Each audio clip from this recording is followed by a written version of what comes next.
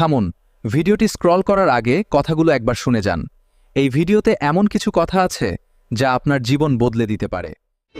Fan বন্ধ করে দেন, fan বন্ধ করে দেন। হ্যাঁ হ্যাঁ, আসসালামু আলাইকুম, বলেন ভাই। ওয়ালাইকুম আসসালাম। জি, বিষয় হচ্ছে আপনার যে নাম্বারটা, এই নাম্বারটা আমরা চাচ্ছি যে ফোন ডিভাইস ট্র্যাক করে এটা দেখবো এটা কি করছে, কোথা থেকে করছে। আমার কথা বুঝতে পারছেন? হ্যাঁ হ্যাঁ, জি জি, সেই ক্ষেত্রে আপনার যে নাম্বারটা আর আপনি যে ফোনটা দিয়ে কথা বলছেন এখন বর্তমান, এই ফোনটা এখন ইমিডিয়েটলি 2 ঘন্টার জন্য বন্ধ করতে হবে। বন্ধ করলে এটা কে করছে, কোথা থেকে করছে। মানে আমার কারণটা কি হয়েছে, আমি তো সেই সময় আমার শোরুমের ভিতরে কারণটা কি হয়েছে, আমার তো সেই সময় শোরুমের ভিতরে ছিলাম, তো আমি আসলে বুঝতে পারিনি আসলে আপনি কি বলতেছিলেন। লোকজন ছিল, এখন এক জায়গায় সাইডে এক জায়গায় আসছে, এখন আর কি বলেন। আচ্ছা আচ্ছা, বিষয় হচ্ছে আপনার যে নাম্বারটা, এই নাম্বারটা হয়তো বা কেউ ক্লোন করে হ্যাঁ একটা হোয়াটসঅ্যাপ অটো গ্রুপ করে আমাদের সিনিয়র কর্মকর্তা আইনজীবীদেরকে অনেক গালাগালি করছে। আমার কথা বুঝতে পারছেন? জি জি জি, জি জি, সেক্ষেত্রে আমরা চাচ্ছি এটা কে করছে, কোথা থেকে করছে, হ্যাঁ। একটু যে ইনফরমেশন বের করবো। আচ্ছা আচ্ছা, জি, সেক্ষেত্রে আমার নাম্বার সেই গ্রুপে আর কি দিছে, তাই তো? জি জি, ও আচ্ছা আচ্ছা, তাহলে আমি তো এসব করতেছি না, বুঝছেন, আমি তো এসব করবো কেন। আমি বলি, আমার কথা শুনুন তাহলে বুঝতে পারবেন। হ্যাঁ হচ্ছে আপনার যে নাম্বারটা, এই নাম্বারটা যতবার ফোন ডিভাইস চেক করছে আমাদের কাছে একটা ডিভাইস শনাক্ত হচ্ছে, সেটা হচ্ছে মোটরোলা। আপনি কি মোটরোলা ফোন ইউজ করছেন বর্তমান, তাই তো? আমি মোটরোলা কিনা আমি তো ভালো বলতে পারবো না এটা।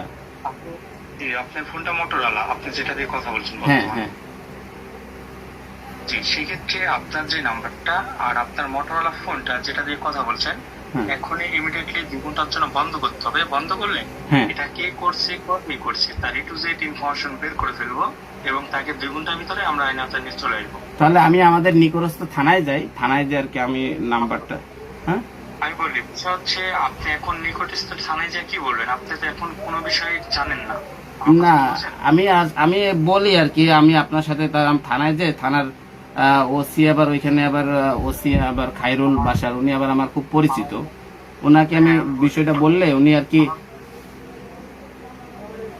আপনার যে নাম্বারটা, এই নাম্বারটা কেউ পূরণ করছে, হ্যাঁ হ্যাঁ, সেক্ষেত্রে তার যে ইনফরমেশন আমরা বের করব।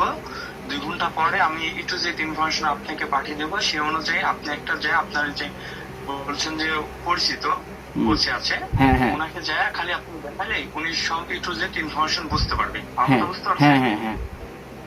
জি, সেক্ষেত্রে আপনি এখন যে বললে তো উনি বুঝতে পারবেন না, আর যখন প্রমাণ নিয়ে যাবেন সেখন উনি বুঝতে পারবে বিষয়টা। হ্যাঁ বুঝতে পারছি, বলেন। সেক্ষেত্রে আপনি এখন ইমিডিয়েটলি বন্ধ করে দেন, আমাদের সাইবার টিম ওয়েট করছে, তো ফোন ডিভাইসে কাজ চালু করবো। এখন আপনার সাথে কথা মানে বন্ধ করে কতক্ষণ লাগবে? 2 ঘন্টার জন্য বন্ধ করতে হবে। এখন বাজে আপনার 7টা। এই আপনি, আমি 2 ঘন্টার জন্য বন্ধ করবো, আর আমার 2 ঘন্টার জন্য আমার কত ঝামেলা হবে এটা জানেন আপনি? আমি অন্য কোনো পন্থায় থাকলে সেটা বলেন, আমি 2 ঘন্টার জন্য ফোন বন্ধ করবো কেন? আমার সমস্ত ব্যবসায়িক মানুষ আমার ফোন আসতে থাকে ঘন্টায় ঘন্টায়, আমি এখন এই জন্য তো ফোন বন্ধ করবো? দরকার হলে আপনাদের থানায় আমি আসতেছি। আমাদের ঢাকা উত্তর থানায় আসবেন? হ্যাঁ, সেটা আসলে দরকারে আসতে পারি আমি, কিন্তু আমি ফোন তো আমি বন্ধ করতে পারবো না। আমার ফোন এক মিনিটের জন্য বন্ধ করলে আমার অন্তত কোটি কোটি টাকার বিজনেস আমার নষ্ট হয়ে যাবে, এটা বুঝেন না?